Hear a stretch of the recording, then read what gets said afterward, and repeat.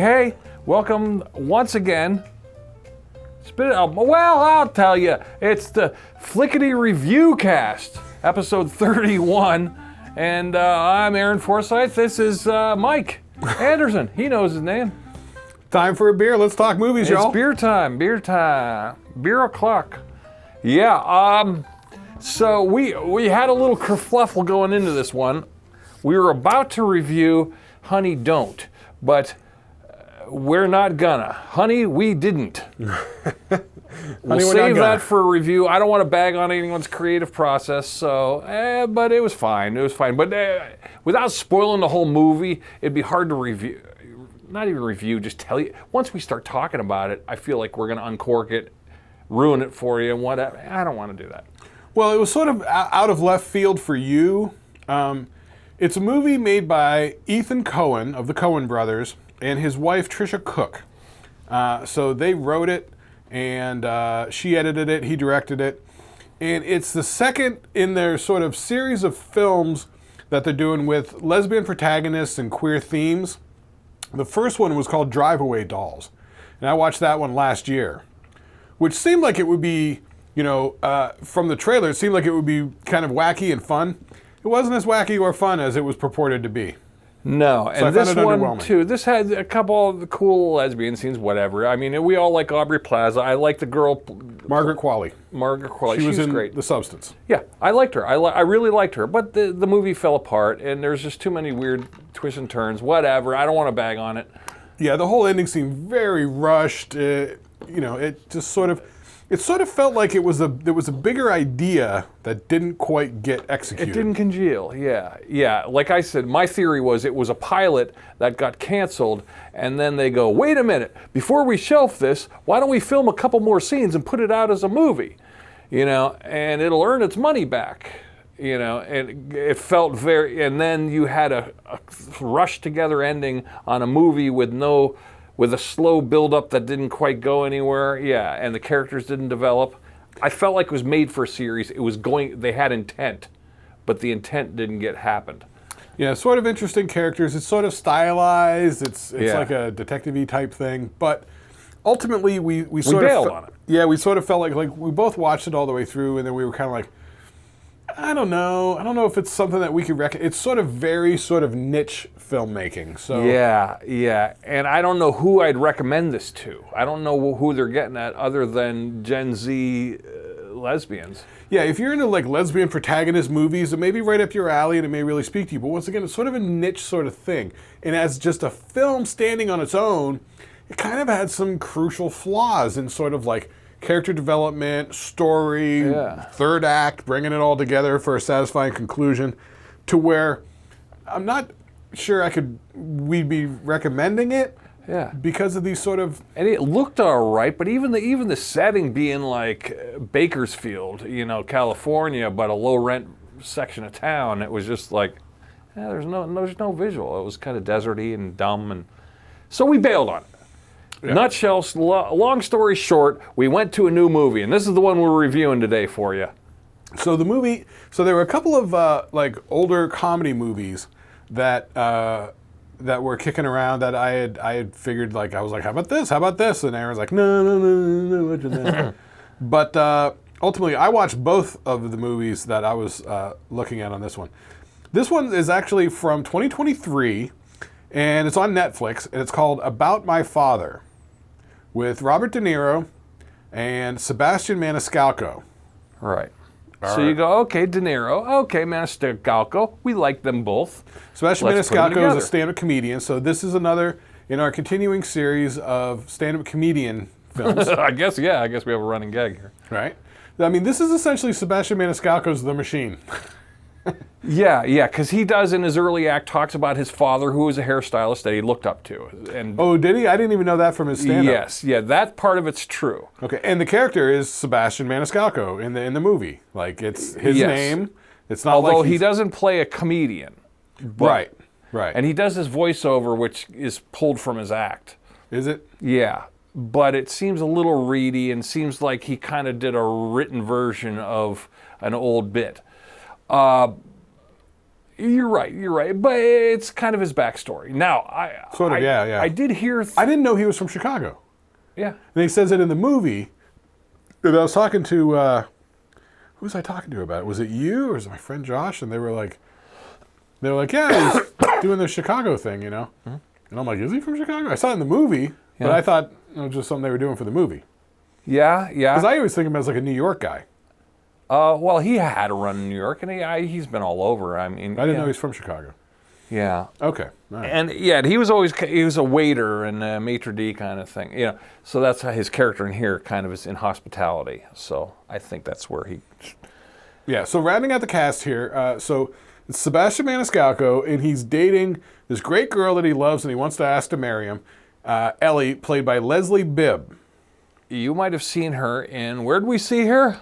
You saw her in White Lotus. White Lotus. She was one of the 3 girls in the that were in the 3rd season. In the 3rd season, yes. Yeah, those 3 friends. I think they're from Texas or something like that. Yeah. And then you might also know her as Ricky Bobby's wife in Talladega Nights. Yeah. Okay. With the whole praying to baby Jesus. Yeah, it's timeless. It's so funny. Talladega Nights.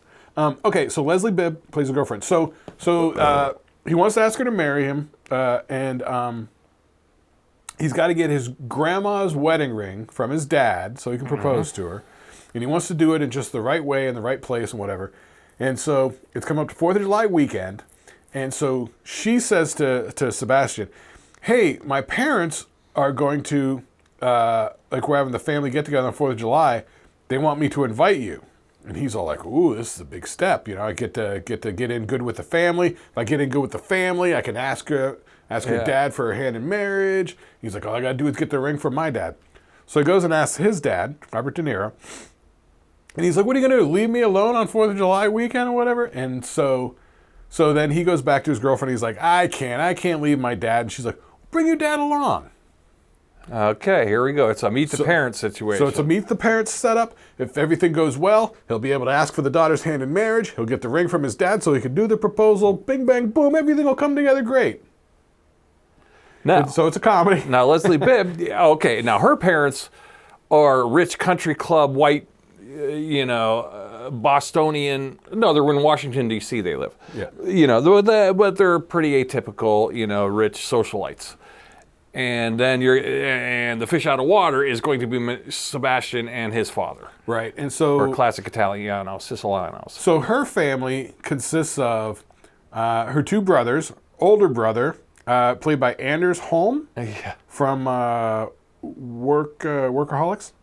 Yes, that's how he was funny. He was a high point. He made me laugh a couple times. Yeah, he was such a jerk. And the younger brother, Doug, played by Brett Dyer. Yeah, I didn't recognize him. I didn't recognize him either. The parents are David Raish. You'll see him. You've seen this guy before. R-A-C-H-E. He's been in stuff for 40 years. You'll see that guy and be like, oh, that guy. Yeah, the old ski lodge dad. Yeah, he's great. And then the mom is Kim Cattrall. Yeah, from Sex and the City. And Mannequin and all sorts of stuff. Yeah, she's a classic actress. I didn't even recognize her until they showed the first photo. So she's like a politician. She's like a senator or something like that.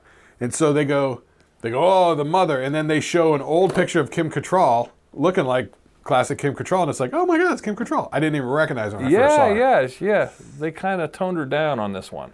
Yeah. That's basically it. Everybody else is just sort of bit players here and there. But mainly that's the family. Because man, there's a lot of people in this cast. Like, I don't know how they got all these people in here because, it was pretty much just the family. And since the family's old school money, they essentially live on a golf course country club, right? At a country club. Yeah. That, so their backstory is like that their family came over on the Mayflower. Yeah.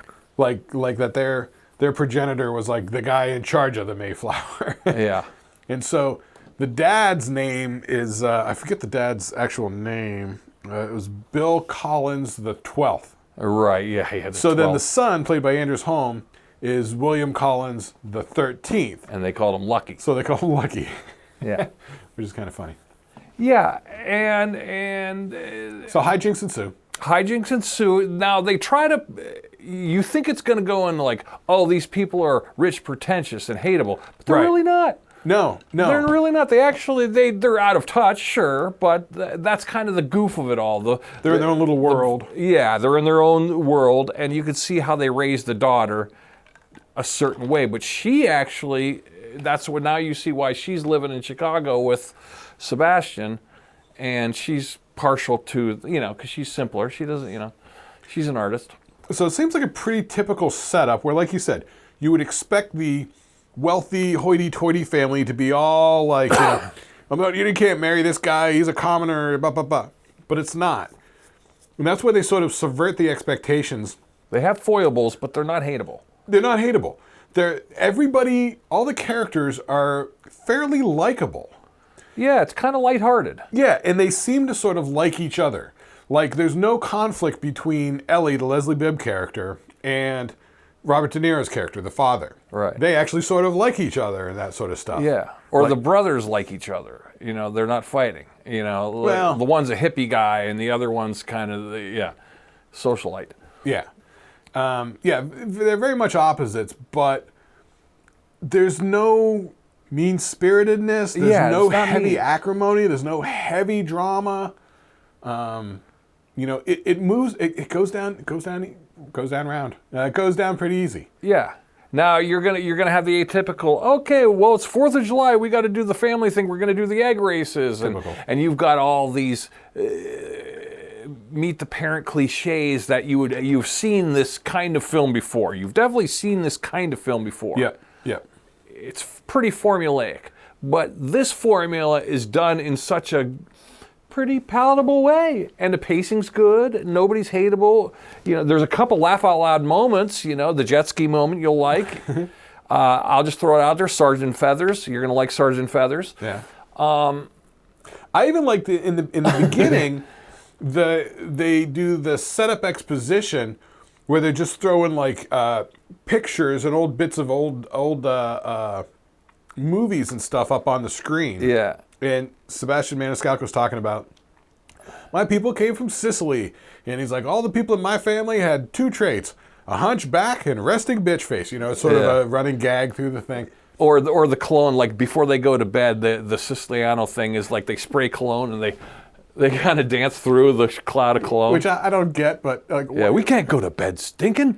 So weird. And then everyone else is like, why do they wear so much cologne? Yeah. What's going on? Yeah. Yeah, but it's so there are little things Sebastian almost has this sort of like narrator thing that he does through the thing, which sort of guides you through it all. I guess it is sort of like based on sort of like stand-up comedy sort of stuff, and that's the sort of his narrative through line is his narration on it. Yeah, I guess in real life his father was a hairdresser. It still is. So that's it. So Robert De Niro's character is he was born in Sicily, and it looks like they were saying he came over on the boat when he was like 20. Yeah. Or something like that. For the American life, yeah. And he just had he has a thing with hair, and he could do, he makes the women all just melt, because when he touches their head, he can. But it's like normally in this movie, you would expect his character to be, like a mafia guy or something where he's sort of like hateable, but he's good at being a hairdresser. Yes. The women love him.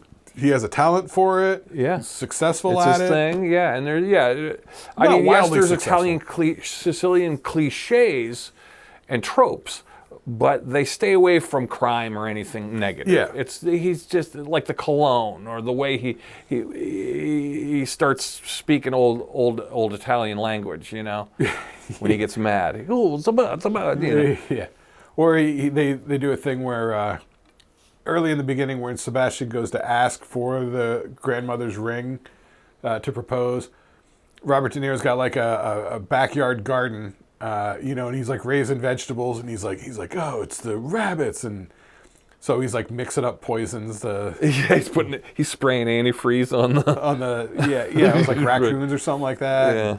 So he gets some like Oscar Mayer bologna and puts it on a plate and sprays it with antifreeze or something.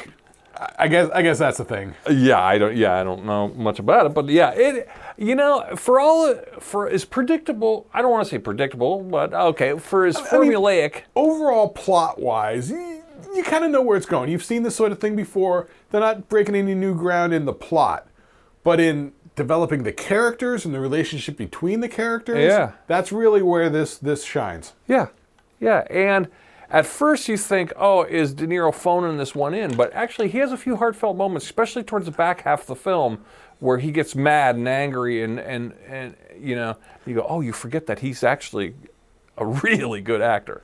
Yeah, and he seems like he's sort of just having fun with it. He's sort of straddling the line between his tough guy persona and his sort of comedic meet the Fockers kind of thing. Right. Yeah, it's kind of like a halfway point. Yes. And you could tell he's having fun doing this character. And he has a good back and forth with Sebastian, you know.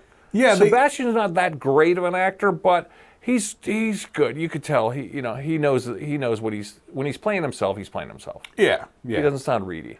Yeah, and they do sort of, like, there's enough sort of similarities between the two where you buy them as father-son. Yeah, totally. You know, the nose looks similar enough, and Now, this is a movie you could watch. It's a good date movie. You could probably bring kids into it. There's nothing other than a few F words here and there. There's no real curveballs for children. There's no murder. There's no mayhem. There's nothing. You know, it goes down pretty easy. It's a good spoon feed. Yeah, it's fairly, to use a term from the movie, it's a fairly classy movie. Like, there's no, like, you know, throwing up humor, poop humor. Yeah, there's no barfs. Yeah, nobody's there's no peeing farts on anybody for dumb gags. Yeah, no, everyone's likable. You'll like it. It's a good mature movie. It's lighthearted enough. You can watch it with grandma. You can watch it with mom. You can watch it with your kid. Everyone will like it to a certain degree. You know. Yeah. It goes down fairly easy. Like, you know, the characters are, you know, they're likable. They're sort of well-rounded enough that But they have foibles. Yeah. They've definitely got foibles. You know, overall, it was way better than I was expecting it to be. I really just sort of was like, what's this about? I don't know anything about it. Let's check it out and see how it goes. And actually, I watched this one and another one just to sort of check them out because I was like, no, let's see if they're any good. The other one was, I'm not going to mention it right now, but the other one was much the same as well. Formulaic movie, but well done and good characters, and it was fairly enjoyable. I almost feel like these kind of movies are becoming, now every comedian who is a storyteller comedian has a signature bit, and their signature, this is the new sitcom. Yes, it kind of really feels like that. Remember in the 80s, the comedy boom, every comedian would have their 5 minutes and they build a sitcom around it. Well, now it's let's tell what's our best bit and let's tell a story around it. Well, it's Taylor creating the story to the person. Yes. I mean, it's Sebastian Maniscalco. He's not playing Billy, you know, Capaldo or whatever. Yeah, no, he's Sebastian Maniscalco. Yeah. You know. Other than they leave out the fact he's a stand-up comic. They leave out stand-up comic. Yeah. But other than that, he's himself. Yeah. They make, so, you know, his girlfriend's dad's business is hotels, and Sebastian's character works at a hotel, runs a hotel, you know, kind of a competitor, you know, in Chicago sort of thing. For whatever that's worth, yeah. It's sort of arbitrary at that point. I almost wish they would have kind of made him, Sebastian, the up-and-coming comedian, because then they could say, we want you to get a real job. Here's a real job, because comedy might not work out for you. I kind of thought that in the big scene at the end of it, where they're at, I don't know what they're at, some sort of fancy dinner or something like that. And he gets the mic and he makes a little speech before he proposes or whatever. Yeah. I thought, boy, if he busted into a couple of jokes right now, that would almost be a funny sort of, you know. Yeah, I almost wish they would have. And De Niro going, that's my boy. He's kind of funny, you know, like, and because he makes him laugh. As his son, he makes his dad laugh a couple times in the movie. Yeah. And it's genuine. And De Niro isn't faking the laugh. You could tell De Niro actually, you know, he took him by surprise. Maybe that was an improv part. When they're in the bedroom and they're talking about the chair and stuff, and he does the thing, you could tell De Niro kind of snickers in a weird way. Like, that felt very improv-y, and they kept it. And, you know, speaking of that, the other thing I sort of noticed in this was, we were talking on the ReviewCast about, like, old movies with, like, longer takes. Oh, right. A lot of long takes in this movie. I hadn't noticed that. I noticed a lot of things. I watched it twice. A lot of shots, because, you know, they say comedy plays in a two-shot.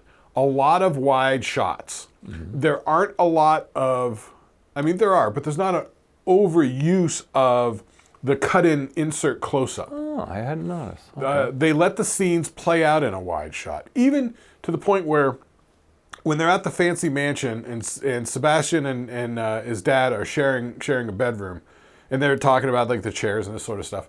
There's a scene where De Niro goes to sit down. You could tell it's handheld camera, and they're with him the whole time. It gets a little crooked when he sits down, and then it levels back up. That is true. Whole uninterrupted shot. Yeah, same with the tennis ball. When they were playing tennis, too, you felt as a watcher, you felt like you were in the scene. Yeah. So Maybe they did that on purpose. Yeah, so they have these like longer, wider shots that they're letting play out. So it's not excessively edited to where it's like, quick cut, trying to inject some sort of energy or momentum into the movie with the editing. So which sort of tells me, this is probably a very modest budget, probably like a $7 million movie or something like that, And I don't know what it did at the box office. I never heard about it. It's on Netflix. It's just on hanging out Netflix. there. Yeah, what's the name of it? About My Father. About My Father From 2023. And this might be another one too. I always say this. I don't remember what the trailer was, but I feel like the trailer's going to give it away. If you're going to brown bag it, this is a good brown bag or two. Yeah, I mean, if you're watching this right now, just go watch it. Yeah, because it's one of those movies on. Don't hover your mouse over it and let the trailer play. I mean, I threw it on my list like months ago. Months ago, it's been on my Netflix list and the other movie too. And so finally, I was just like, all right, I don't know if these are any good or not. I'm not going to get you to watch them unless I tell you that they're decent enough. I had got to thinking like this might be a feel-good movie. Oh my gosh, I feel like a crying death at the end is going to send me into a spiral. That's why I was avoiding it. Sure. Come to find out, no, this is actually more uplifty and funny. Yep, it is. So it's good. So all right, whew, I averted the cry. Yeah, rolls along good. Yeah, nothing real super emotionally heavy or whatever. No. It's enjoyable. Good characterizations. Yeah. It looks good. It's shot well. It's lit well. I didn't even notice like music in it or anything like that. I guess there is, didn't but notice. Yeah, maybe a few in the wedding scene and stuff like that. But whatever. But nothing that jumps out at you. No, it's not like it's all background not stuff. like super heavy. Yeah. Nothing crazy with the music or anything. So, yeah. I mean, if it's on your list or if you're looking for something light and fun to watch and just have a good time with, About My Father on Netflix with De Niro and Sebastian Maniscalco, Leslie Bibb, David Raish, and Kim Cattrall. Yeah. That's it. Let's do it. Let's have fun, guys. Have fun with it. Cool. All right, we'll see you guys next week, and we'll talk about another movie, and hopefully we'll try and make it something worth watching. I know we had that one a couple of weeks ago where we were like, oof, skip this one. What was that one? Oh, that we said, yeah, I forget. Oh, it was Man from Toronto. Oh, that was a skipper. Yeah. Oof. But then we found One Battle After Another, which is a beautiful piece of art. Oh, that's got to be movie of the year. I was telling you for days you got to watch that one. You're like, oh my God, it's so long. Is it good? Is it worthy? I'm like, dude. No, I get to the point where it's like, if it's going to be that long, impress me, and they did. I told you. Right, you know told what I mean? Yeah, because 2.5 hours is like, all right, this is a commitment. Speaking of which, I was listening to Joe Rogan Experience today with Adam Sandler from like a year ago. Okay. Paul Thomas Anderson that did One Battle After Another. He shot an Adam Sandler special, like stand-up comedy special. Wow. Yeah, I know. I was like, he's like, Paul Thomas Anderson shot it. I'm like, really? God damn. Wow, that's weird. Is that the one where he plays a lot of instrument, or he plays a lot of music, and then he has the Farley thing at the end? I don't know. It was when they shot it in some theater where it was like just sort of a bare stage. And Joe's like, did you guys set design it like that? He's like, no, that was just the theater. So weird. Anyway. But all right, cool. There you go. About My Father. It's on Netflix. Check it out. It's a good time. And enjoy. And we'll see you guys next week for more movie talk.